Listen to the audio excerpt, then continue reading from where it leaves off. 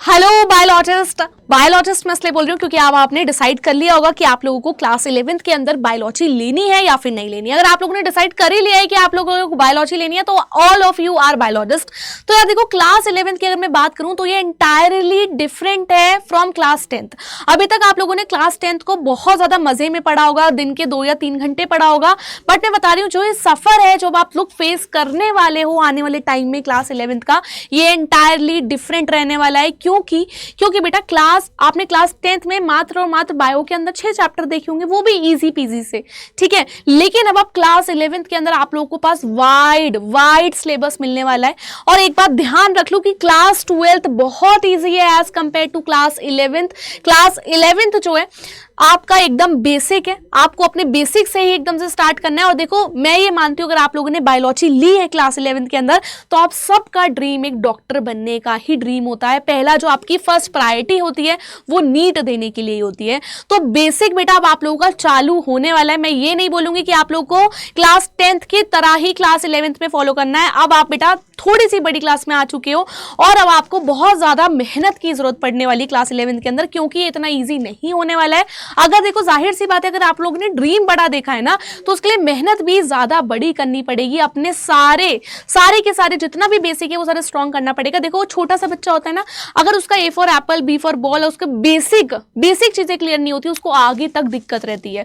तो आप यही समझ के चलो कि आपकी जो ये बायोलॉजी है क्लास 11th की, एकदम से बेसिक से आप लोगों को ये कैसे पढ़नी होगी क्लास 11th के अंदर, आप लोग कैसे बायोलॉजी को ट्रीट करो, कैसे इसको हैंडल करना है, ताकि आप लोग अपने बोर्ड्स के अंदर भी बढ़िया मार्क्स लेकर आओ, अपने बेसिक्स में क्लियर करके जाओ और आपके आने वाले कॉम्पिटिटिव एग्जाम फ्यूचर के अंदर वो भी आप लोग अच्छे से उसको कर पाओ, ठीक है। तो देखो, पहली बात आप लोगों को ये पता करनी पड़ेगी। देखो, आप लोग अभी बहुत सारे बच्चे ऐसे हैं कि क्लास 11th में आते ही ट्यूशन कोचिंग की तरफ जाने लगते हैं ना। सबसे इंपॉर्टेंट चीज उनके लिए होती है, क्योंकि आप लोग देखोगे कि आपके सारे आसपास वाले बच्चे किसी ना किसी ट्यूशन में जाएंगे, किसी ना किसी कोचिंग में जाएंगे। तो देखो, मेरा आप लोगों से ये, देखो जाना तो आपको भी है, जाओगे आप भी। अगर बहुत सारे बच्चे हैं जो नहीं जाना चाहते, बहुत सारे ऐसे हैं जो जाएंगे, लेकिन 80% मैंने देखा है, 80% बेटा क्लास 11th में आते ही बच्चे कोचिंग वगैरह में जाने लग जाते हैं। तो कोचिंग ट्यूशंस कोई बुरी बात नहीं है ना। अगर आपको लोगों को खुद को लगता है कि हाँ आपको सेल्फ गाइडेंस की जरूरत है, आप लोगों को कोई ना कोई देखो बेसिक यार आपको चाहिए ही चाहिए होगा ना, तो आप लोगों की बस मेरी पहली एडवाइस है कि आप लोग टीचर को पहले देखना। आप लोग इंस्टीट्यूट के नाम पे मत फोकस करना, कोई फायदा नहीं है। बहुत बड़ा बड़ा नाम हो और टीचर को उसको कुछ भी ना आता हो पढ़ाना, तो बेटा आपका भी कोई मतलब नहीं बनता है बनना। अगर आप कोई भी कोचिंग या फिर कोई भी इंस्टीट्यूट को ज्वाइन कर दो तो वहां पे आप लोग पहले डेमो टीचिंग ले लेना हर एक टीचर से, जो आपको लगे कि हाँ आपको समझ में आ रहा है, आपको वो ट्यूशन कोचिंग ज्वाइन करनी है। अगर आपको लग रहा है कहीं से आपको उनकी बेसिक सी या फिर छोटी सी कोई भी वीडियो नहीं मिल पा रही है, कोई भी आपको उनको डेमो नहीं मिल पा रहा, तो आप लोग अपने सीनियर से भी कंसल्ट कर सकते हो, है ना। यही सब लोग करते हैं और आप लोग भी यही करना। ऑनलाइन देख लो तो ऑनलाइन तो आपको सभी टीचर्स की डेमो क्लासेस मिल जाएंगी। समझ में आ रहा है तो लेना, नहीं समझ में आ रहा है तो बेटा आपका बेसिक का सवाल है, आपका फ्यूचर का सवाल है।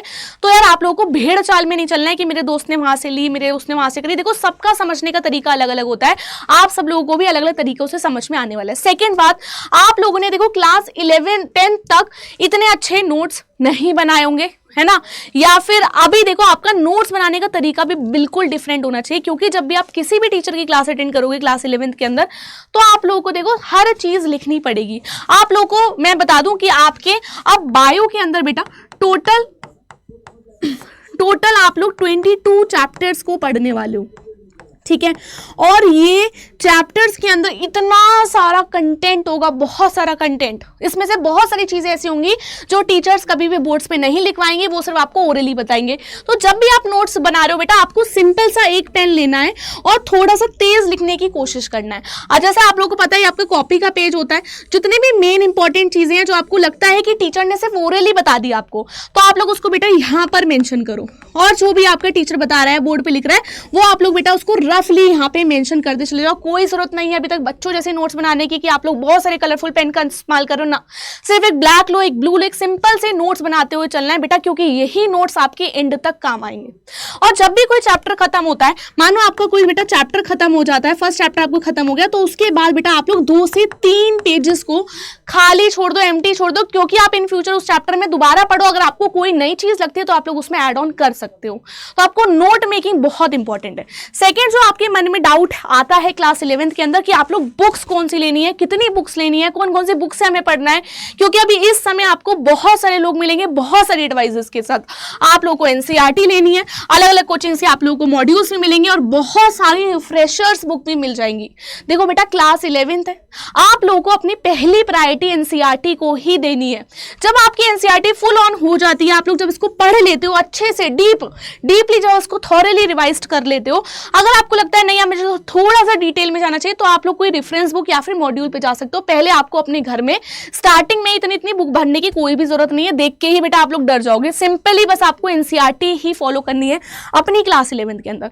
थर्ड बात बेटा, आप लोगों को 10th की तरह नहीं है कि बस पेपर आया आप लोगों को एक दिन पहले पढ़ना है। जब आपने ड्रीम बड़ा सोचा है बेटा, कॉम्पिटिटिव एग्जाम में सारी चीजें आने वाली हैं, आगे तक जुड़े रहने वाली हैं। आप लोग चाहे सीयूटी का एग्जाम दोगे, चाहे नीट का एग्जाम दोगे, चाहे कोई भी आप लोगों को कॉलेज में एडमिशन लेना है, फार्मास्यूटिकल में एडमिशन लेना है, नर्सिंग में एडमिशन लेना है बेटा, आप लोगों की क्लास 11th की बायोलॉजी ही 60 to 70% हर जगह आपको देखने के लिए मिलेगी।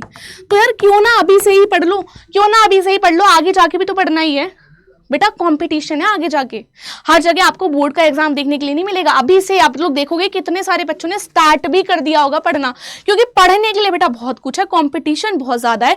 तो अभी आपको दिमाग में रखते हुए सारी की सारी चीजें चलनी पड़ेंगी। तो जब भी आप लोग रिवाइज करोगे, आपका पहला क्या होना चाहिए कि आप लोग को डेली रिवाइज करना है। ये क्लास 10th की तरह नहीं होने वाला है कि भैया हाँ पेपर से 2 या 3 दिन पहले पढ़ लिया और काम हो गया, नहीं होने वाला। डेली रिवाइज करना है। जो भी आप लोग ट्यूशन में पढ़ रहे हो, कोचिंग में पढ़ रहे हो, उसको ऑन एन एवरेज डेली आपको खुद से 2 से 3 आवर देने पड़ेंगे ऑन एन एवरेज। ठीक है, मुझे पता है कि तुम लोग के 8 घंटे सोने में जाते हैं, 4 घंटे तुम लोग फालतू का काम करते हो, यानी कि अपनी खुद की एक्टिविटीज़ में लग जाते हैं, 6 घंटे स्कूल भी जाओगे, उसके बाद आप लोगों को 4 घंटे ट्यूशन्स भी जाना है, तो खुद के लिए टाइम निकालना मुश्किल होगा, but you have to manage यार। ठीक है ना, तुम्हें ही मैनेज करना पड़ेगा और अपने दिन के 2 से 3 घंटे निकालने पड़ेंगे for your self study, for your daily revision. Second, आप लोगों को जब भी ऐसा लगता है कि हाँ हमारा एक चैप्टर पूरा हो गया या आपका दूसरा चैप्टर पूरा हो गया, आप लोगों को उसके बाद मॉक टेस्ट की प्रैक्टिस करनी पड़ेगी अभी से ही, क्योंकि देखो कोई फायदा नहीं है कि आप लोग बस पढ़ते जा रहे हो, क्वेश्चंस नहीं बन पा रहे। जब तक आप क्वेश्चन से प्रैक्टिस नहीं करोगे तो कोई मतलब नहीं है जो आपने अभी तक पढ़ा है। तो आप लोगों को बेटा मॉक टेस्ट एटलीस्ट मतलब 2 वीक में आपको एक मॉक टेस्ट स्टार्टिंग में देना ही पड़ेगा, तभी बात बनने वाली है। थर्ड, आपको अब क्लास 11th में आते ही अपने आप को डिस्ट्रैक्शन से दूर रखना है। बहुत सारे डिस्ट्रैक्शंस आएंगे, लड़कियों के डिस्ट्रैक्शंस आएंगे, लड़कों को डिस्ट्रैक्शंस आएंगे, इंस्टाग्राम डिस्ट्रैक्शन, सोशल मीडिया तो है ही है, तो बहुत सारे डिस्ट्रैक्शंस आएंगे। आई नो कि बोलना बहुत ईजी है डिस्ट्रैक्शन से, बट दूर रहना, बोलना बहुत इजी है, बट आप लोगों को अपने खुद को मैनेज करना पड़ेगा। इसका जो सबसे सिंपल जो सोल्यूशन है ना, कि आप लोगों को थोड़ा सा स्मार्टफोन से दूर रहना पड़ेगा। नॉर्मल फ़ोन रख लो, एक लैपटॉप ले लो, उसमें आप सारा काम कर लो। स्मार्टफोन से जितना दूर रहोगे उतना ही कम से कम आपकी लाइफ में डिस्ट्रैक्शंस होगा। या मेरे को मतलब मैं बहुत ब्लेस्ड फील करती हूँ कि जब मैं स्कूल में थी तब मेरे पास स्मार्टफोन्स नहीं थे, क्योंकि पता नहीं, मुझे पता है आज के बच्चों के लिए बहुत डिफिकल्ट हो रहा है स्मार्टफोन के साथ स्टडी करना, क्योंकि कुछ पढ़ते हो एक डिस्ट्रैक्शन, कुछ पढ़ते हो एक डिस्ट्रैक्शन, तो आपको खुद ही ये सारी की सारी चीज़ें मैनेज करनी पड़ेंगी अकॉर्डिंग टू यू। ठीक है, तो अगर आप लोगों ने क्लास 11th में बायोलॉजी लेने का सोचा है तो यार आप लोग पहले ही बायोलॉजिस्ट बन चुके हैं, और आई नो कि आप लोगों का फर्स्ट ड्रीम डॉक्टर बनने का ही है। तो जब ड्रीम इतना बड़ा है, इतना बड़ा आप लोगों ने सोचा है, तो उसके लिए मेहनत भी बड़ी करनी पड़ेगी। हल्की फुल्की मेहनत से कोई काम नहीं चलने वाला है। क्लास 11th आपका बेसिक है, एंड देखो आपका सारा का सारा चीज़ें आपकी खुद की साइंस अड्डा पे यहीं पर ही कवर होने वाली है, क्लास 11th की, क्लास 12th की। तो आप लोग इस चैनल के साथ बेफिक्र होकर भी जुड़े रह सकते हो। ठीक है, तब तक के लिए goodbye and take care.